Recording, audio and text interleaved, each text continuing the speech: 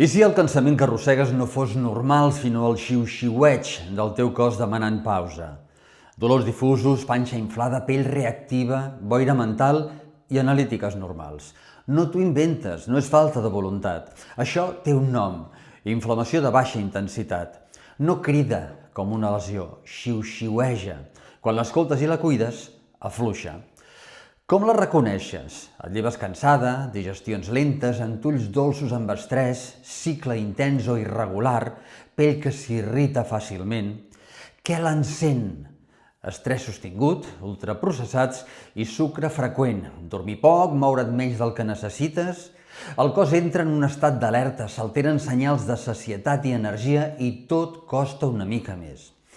Fem un primer pas. Observa què t'encén i què et calma, amb amabilitat i constància. Vols començar en claredat? Escriu "escolto" i t'enviaré una llista de validació gratuïta per detectar desencadenants del teu dia a dia. Demà, a 2:15 del migdia, part 2.